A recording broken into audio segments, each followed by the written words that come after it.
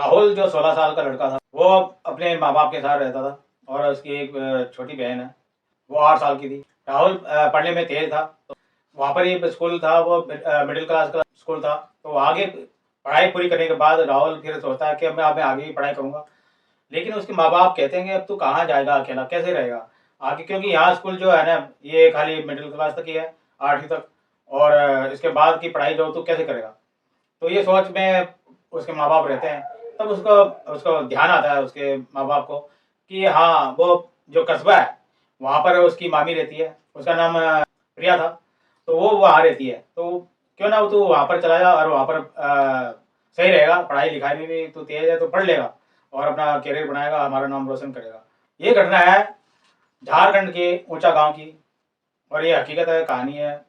कहानी कहने से पहले प्लीज आपसे एक रिक्वेस्ट है कि चैनल को लाइक शेयर सब्सक्राइब करना और कमेंट करके बताना कि आप कहाँ से देख रहे हो और ये कहानी आपको कैसी लगी।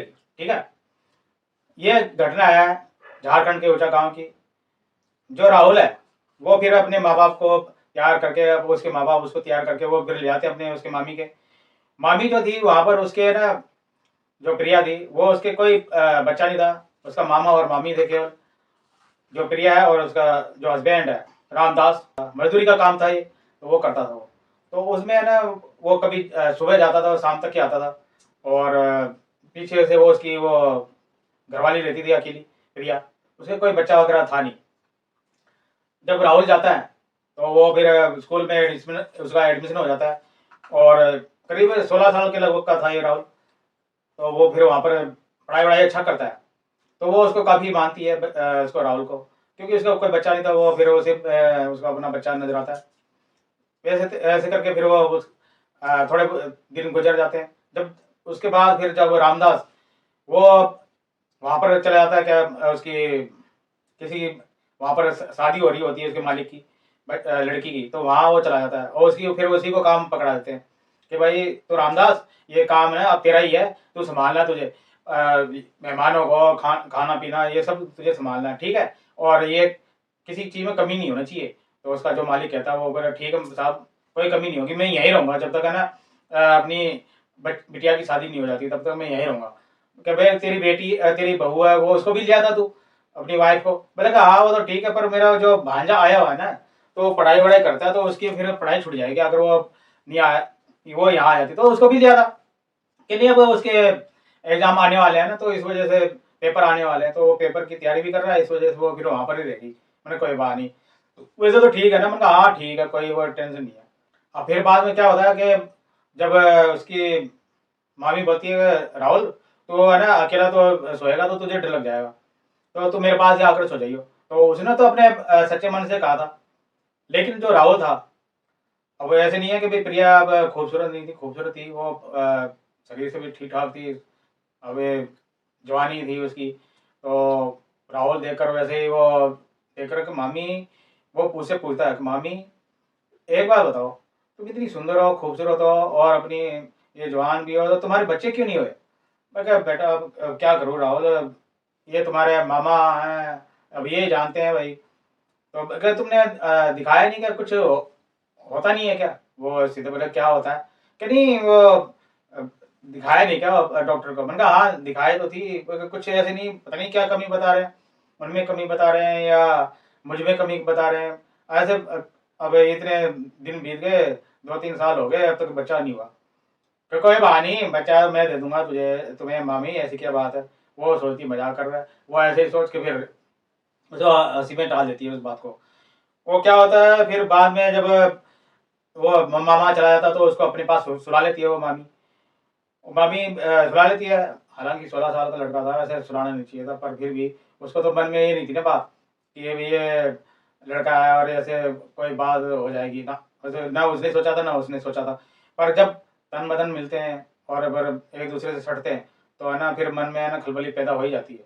वैसे ही एक खलबली फिर राहुल के पैदा हुई, तो वो फिर अपनी मामी को सहलाने लग गया। सहलाने लग गया तो वो उसकी मामी विरोध करती है कि क्या कर रहा तू, ऐसे थोड़ा करते हैं कोई।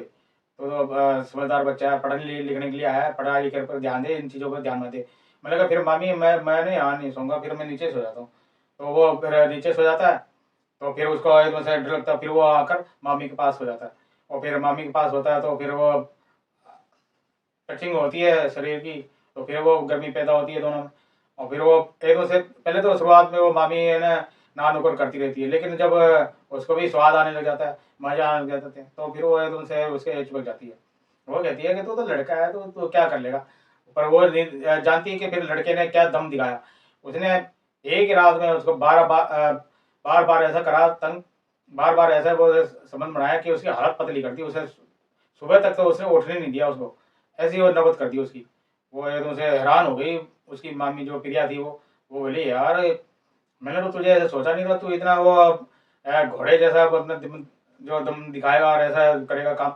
मैंने तुझे बच्चा ही समझा था कि मामी ये आजकल का शरीर का गांव का शरीर है, ये ऐसा नहीं है शहर का वो बेकार का शरीर। गांव का शरीर खाया पिया शरीर है, मेहनत वाला शरीर है, ऐसे बात नहीं है। मैंने तो इतनी तगड़ी मेहनत दिखा दी, मेरी हालत खराब कर दी। मैंने कहा मामी अब तो देखती जा तू क्या होता है। और फिर भाई जब तक वो नहीं आया, जब तक उसके दिन और रात बल्ले बल्ले हो गए उसके, तो जब मर्जी बस जैसे मर्जी शुरू हो गई उसकी तो सुहागरातें।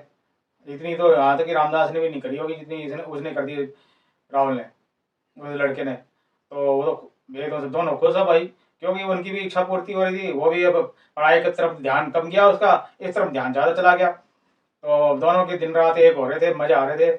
और फिर बाद में जब ऐसे दिन बिता के फिर वो वहाँ पर आ जाते 2 दिन बाद, तो फिर जैसे जब भी मौका मिलता था वो स्कूल चला जाता था, लेकिन स्कूल में वापस आ जाता था।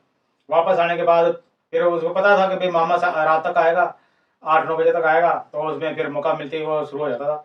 जब भी मौका मिलता है, चाहे घर में बाहर मतलब कि बरामदे में कहीं भी, स्नान घर में कहीं भी, तो उसको अपनी शारीरिक भोग शांत कर लेते थे दोनों। तो दोनों मजे लेते थे। और अचानक फिर उसको रामदास को उसके शरीर पर परिवर्तन देखा प्रिया के। वो देखा यार ये शरीर पे परिवर्तन आ रहा है, कि इसके पेट बाहर क्यों आ रहा है, ऐसा क्या हो गया। बोले कि तेरे क्या हो गया प्रिया, तेरे पेट ऐसे बाहर क्यों आ रहा है, क्या हो गया। कह रहे कुछ नहीं, मुझे भी ऐसा महसूस हो रहा है। क्या तुमने करा होगा तो उसका फल मिल रहा होगा मुझे। मैंने कहा ऐसे नहीं, मुझे तो डॉक्टर ने बोल दिया था कि तुम्हारे से तो बच्चा हो ही नहीं सकता, और फिर ये कैसे कि चलो ऐसा करो तो मैं ना अस्पताल चलो। भाई वो प्रिया को ले जाता अस्पताल।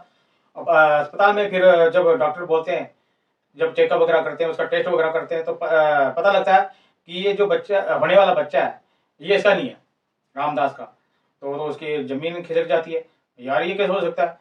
तो वो उसका तो दिमाग खराब कि मेरे पीछे से ये क्या करती है। बोला कि मैं कुछ नहीं करती, मैं ना यहाँ घर से बाहर नहीं निकलती, तो तुम किसके इल्जाम लगा रहे हो। बोला कि नहीं ऐसा तो हो ही नहीं सकता, तू घर से बाहर नहीं निकलती तो फिर कौन कर रहा है फिर। और भाई उसके मारपीट होती है बुरी तरह। वो फिर उसको अच्छी तरह पीटता है वो। और फिर वो जवाब दे उसका जो है हिम्मत टूट जाती है प्रिया की। वो बोल देती है कि ये करतूत तेरे ये भांजे की है, ये मेरे पास सोया था और उसने मेरे ऐसे कर दिया। तो तू मना नहीं कर सकती। तो मैं तो बहुत मना करी, पर ये चढ़ गया जबरदस्ती, मैं क्या करती। मैंने कहा अच्छा, तो अब तू ऐसे निकल। उसको भी निकाल देता है और राहुल को भी निकाल देता है, और उसको प्रिया को भी, उसको जाकर उसके वहां पर अपनी बहन के पास पटक देता है। ले पकड़ अपने इस नमूने को, जो मेरी जिंदगी बेकार कर दी इसने, यहाँ तक कि मेरी लुगाई को भी नहीं छोड़ा। बता, जो इसकी मामी लगती है इसका, ये इसने भी इसको ऐसे कर दिया। तो वो तो हैरान हो गई उसकी माँ सुनकर, बोली, ये क्या हो गया। अब वो फिर भाई दोनों परेशान कि वो उसको राजी नहीं है कि प्रिया को जाने को, और वो प्रिया को फिर वो ले जाने को राजी नहीं रामदास। और राहुल कहता कि मैं इसके बिना रह नहीं सकता, अब मैं तो यहीं रखूंगा इसको। बोले अब ये तो हो ही नहीं सकता भाई, इसको रखे। अब वो क्या करता है फिर, उसको फिर रामदास ने उसको छोड़ दिया प्रिया को। उसने छोड़ा तो उसने राहुल ने पकड़ा। राहुल भी फिर अब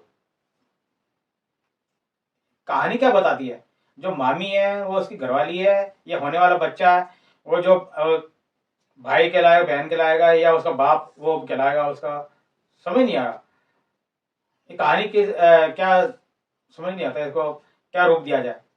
ऐसे सोच के फिर वो उसकी माँ परेशान हो जाती है, तो उसको कहती है कि तू यहाँ से निकल ले, प्रिया को वहां से भगा देती है। और वो उसको बहुत मारती पीटती है राहुल को। उसका बाप भी मारता पीटता है बहुत। अब वो प्रिया जो है, ना वो इधर की रही ना उधर की रही। अब वो वहां पर चले गई अनाथालय, वहां पर चले गए वहां, क्योंकि उसके माँ बाप भी उसको छोड़ दिया प्रिया के, जो वो भी नहीं रखते थे अपने पास, कि हम ऐसी लड़की को नहीं रख सकते जो इसने अपना देखा नहीं, अपने शरीर सुख का देखा, अपने परिवार को नहीं देखा, फिर संस्कार को नहीं देखा, अपने रिश्ते नातों को नहीं देखा कि क्या है क्या नहीं, तो उसको छोड़ दिया। फिर अब वो अनाथालय रह रही है, वहाँ पर बच्चे उसने पैदा कर दिया और वहाँ पर अपने बच्चे को पाल रही है। ये कहानी किसी का भावना को ठेस पहुंचाने के लिए नहीं थी। कहानी ऐसी है कि इससे सबक लेने वाली। आपको ये कहानी कैसी लगी, प्लीज लाइक शेयर सब्सक्राइब करें। Okay bye, thank you.